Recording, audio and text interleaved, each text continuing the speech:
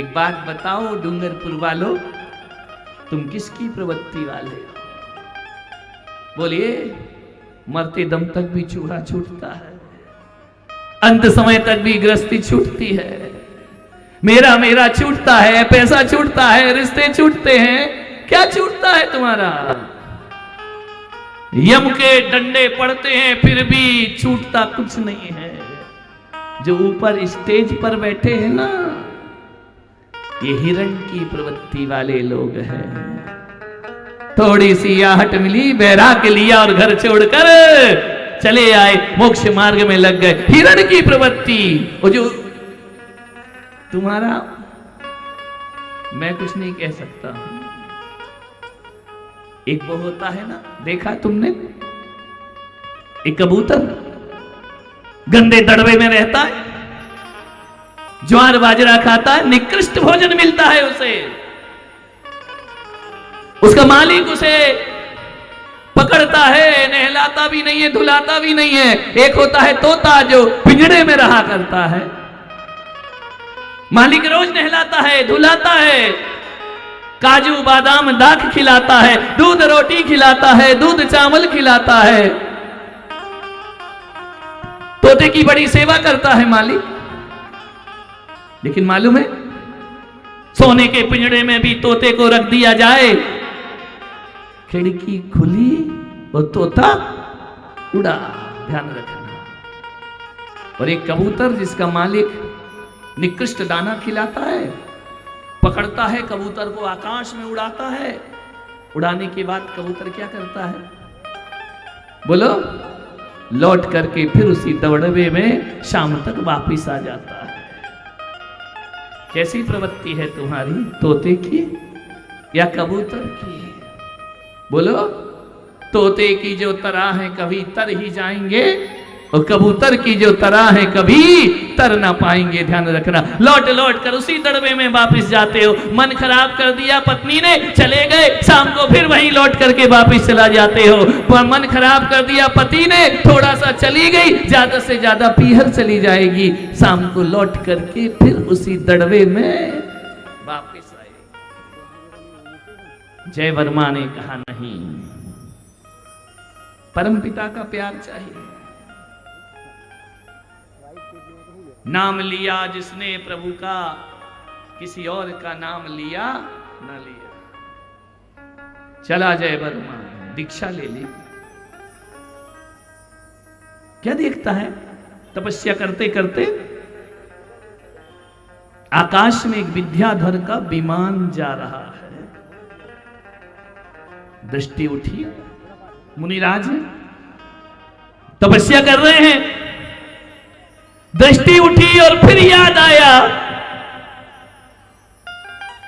एक निदान बंद किया कि अगला जन्म ऐसी विद्याओं से मेरा संपन्न होना चाहिए। आने वाला जीवन विद्याधर का जीवन होना चाहिए। मेरे पुण्य का फल विद्याधर हो। मैं जो भी तपस्या कर रहा हूं वह मुझे इसका फल प्राप्त हो। मालूम है, तुम भी मांगते हो ना कि मैं ये कर रहा हूं तो इसका फल ये मिले। कब मिलता है वह फल? जब पुण्य ज्यादा होता है और डिमांड कम होती है तो तुरंत फल की प्राप्ति होती है। और पुण्य यदि रिक्त पड़ा है और डिमांड ज्यादा है तो कोई भी फल प्राप्त होने वाला नहीं है। तुम्हारे पुण्य में इतनी ताकत हो, कहां वह राजा जय वर्मा जो मुनि बना मुक्ति को प्राप्त कर सकता था, लेकिन क्या मांग लिया?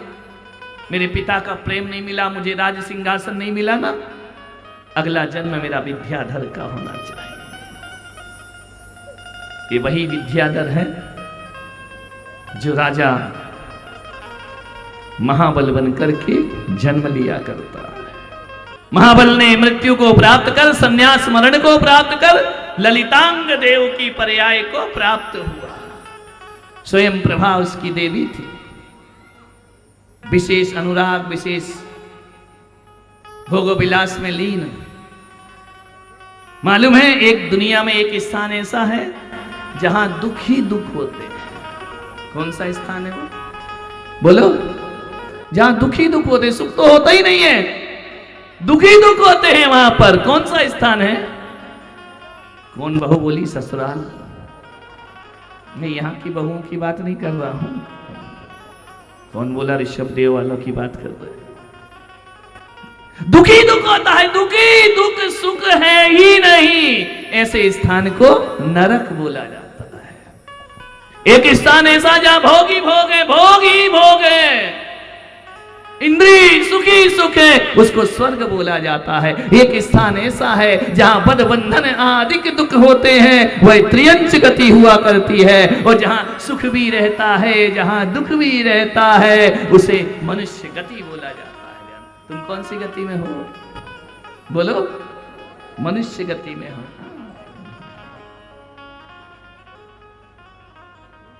विद्याधर का संकल्प किया, महाबल बन गया। ललितांग देव बना वह महाबल का जीव। स्वयं प्रभा से अति अनुराग, इंद्राणी का अनुराग। एक दिन माला मुरझाने लगी, गले में पड़ी हुई।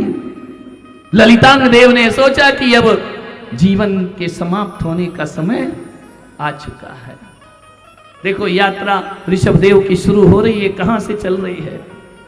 जय वर्मा से शुरू ही महाबल राजा बना, महाबल से ललितांग देव बना, माला मुरझाई, मृत्यु हुई। मृत्यु होते ही राजा वज्रबाहु के घर वज्रजंग नाम का जीव पैदा हुआ, मनुष्य गति प्राप्ति हुई। मनुष्य गति प्राप्त कर राजा के घर में उसका जन्म होता है। स्वयं प्रभा वैधव्य को जीती है, वियोग सहन नहीं कर पाती है।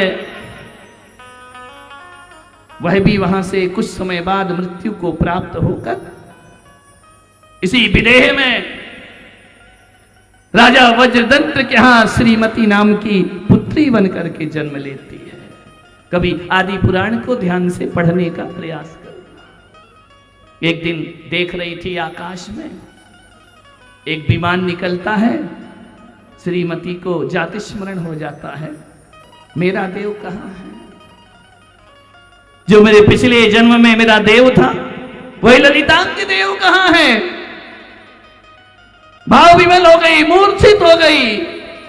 खाने में मन नहीं, पीने में मन नहीं, बोलने में मन नहीं। राजा चिंतित हो गए कि मेरी पुत्री को क्या हुआ, राजकुमारी ऐसा क्यों करती है?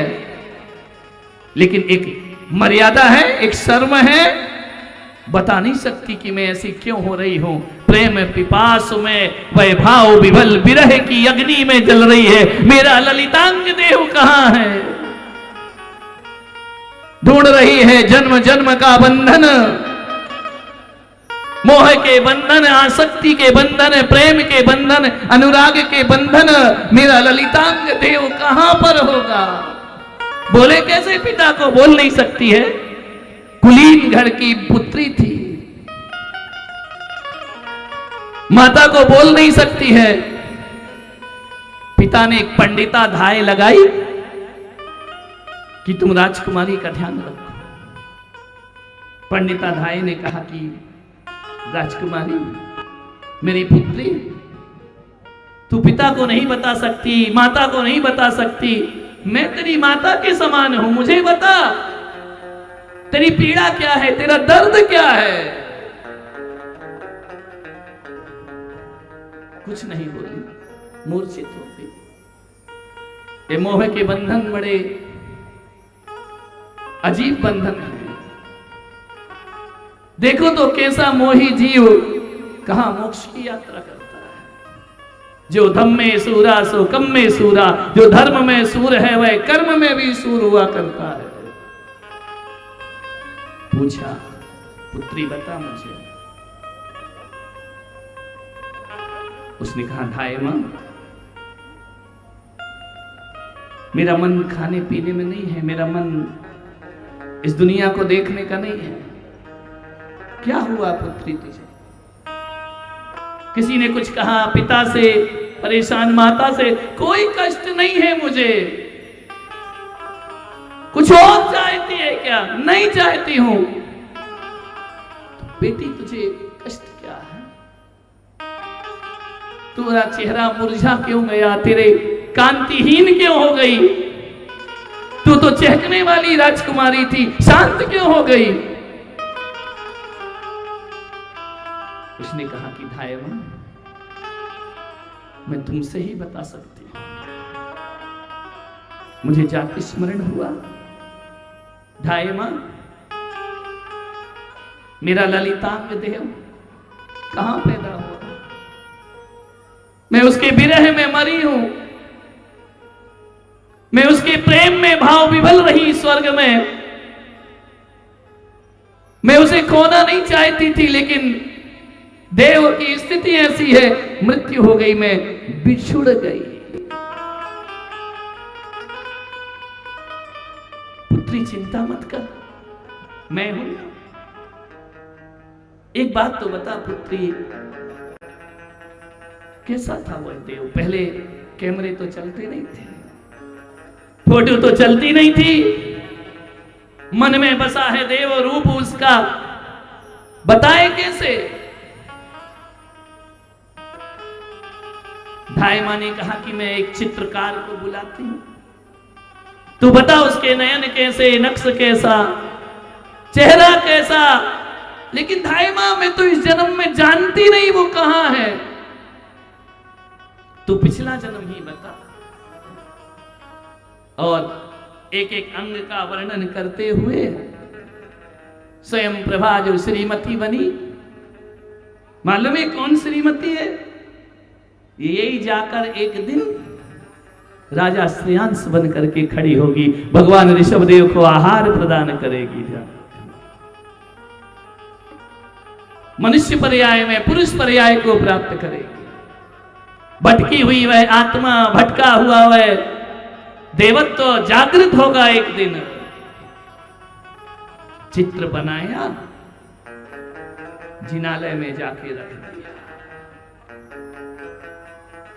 संयोग देखो कैसे कौन कहां जन्म लेता है, कहां पैदा होता है, कहां बढ़ता है, कहां लिखता है, कहां जन्म लिया, कहां रहे, कहां मृत्यु को प्राप्त करते हैं। किसी के जीवन का कोई भरोसा नहीं हुआ करता है। क्या देखा? चित्रपट लगा हुआ है। एक दिन ललितांग देव का जी वज्रजंग क्या करता है? मंदिर जाता है जिनालय की वंदना को, और अचानक चित्र पर दृष्टि पड़ती है। क्या देखा? ये कैसा अद्भुत चित्र है, ये कौन है? उसे भी जाति स्मरण होता है, अरे ये चित्र तो मेरा है, मैं ही था पिछले जन्म में ललितांग देव। पूर्व जन्म का स्मरण होया, चित्र उठाया उसने, किसने बनाया इसे? पता करो पूरे राज्य में ऐसा कौन चित्रकार है जो वर्तमान का तो छोड़ो अतीत के भी चित्र बना देता है। खोजबीन हुई, फिर क्या हुआ आप तो समझते स्टोरी क्या हो। तलाश की गई, पूरे राज्य में ऑर्डर किया गया, आदेश किया गया, ढूंढो उस चित्रकार को, कौन ने है जो ललितांग देव का चित्र बना दिया। पता पड़ा कि कौन थी वो? बुआ के पुत्र थे। रिश्तों तक पहुंच गई भावनाओं की आवाज। जैसे ही देखा, पता किया चित्र कहां से आया है। मंत्रियों ने देखा, सबने देखा कि राजकुमार इतने उस चित्र को लेकर उद्वेलित क्यों हैं, आंदोलित क्यों हैं। पता किया, पंडिताधाय को पता किया, बताया कि ये हमारी राजकुमारी ने ये चित्र बनाया। राजकुमारी कौन है? प्रस्तुत किया जाए।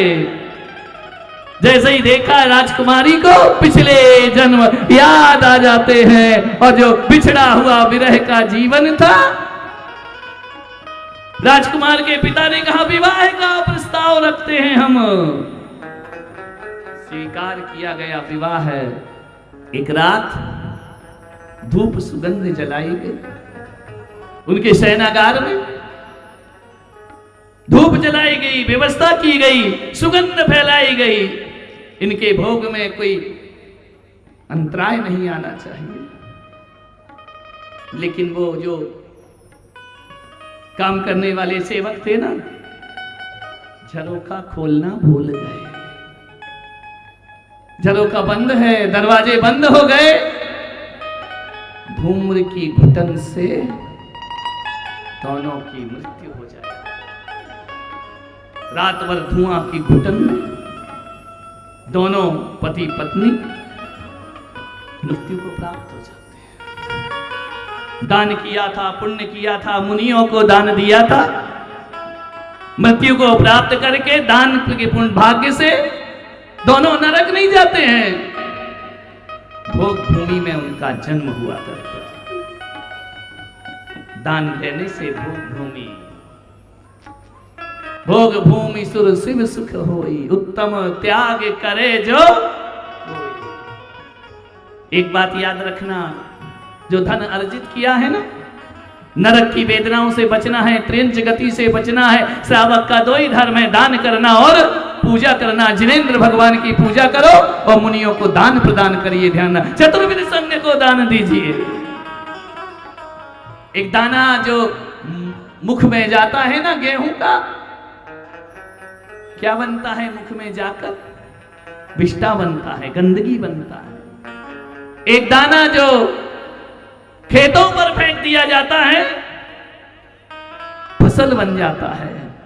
और एक दाना डूंगरपुर वालों प्रभु के चरणों में रख दिया जाता है ना, सातिशय पुण्य बन के हमारे जीवन में बरस जाया करता है, पुण्य बन जाता है। एक दाना वही है, कहां जा रहा है इसका फर्क पड़ता है। भगवान के चरणों में वस्तु गई तो महापुण्य बन जाया करता है, जन्म जन्म की साधना सफल हो जाया करती है। इसलिए मनुष्य को अपने जीवन में दान प्रवृत्ति बनाए रखना चाहिए। इन्होंने दान प्रवृत्ति रखी, न संन्यास लिया, न दीक्षा ली, न वैराग्य लिया। दान के बल पर भोग भूमि में उनका जन्म हो जाता, दोनों पति पत्नी फिर मिल जाया करते हैं। कथा बहुत लंबी है, समय हमारे पास ये भी कम है और एक सप्ताह भी कम है। यदि ऋषभदेव के चरित्र को, पूर्व जन्मों को पढ़ा जाए तो 9 भव की कथा में कम से कम 9 दिन तो मुझे समझाने में चाहिए, लेकिन इतना समय हमारे पास है नहीं। लंबी कथा हो जाएगी, व्यथा बन जाएगी। वो भोग भूमि से मरण कर अच्युत इंद्र में, स्वर्ग में देव को प्राप्त, क्योंकि भोग भूमि अजीव कभी नरक को प्राप्त नहीं करता, स्वर्ग को चले गए। स्वर्ग से फिर वज्रनाभि चक्रवर्ती बने, यहां वैराग्य लिया, दीक्षा धारण की। वज्रनाभि चक्रवर्ती ने सब विषय भोग छोड़े और भगवान का 9वां भव जो होता है, सर्वार्थ सिद्धि में जाकर भगवान देवत्व को प्राप्त किया करते। बोलो ऋषभदेव भगवान की।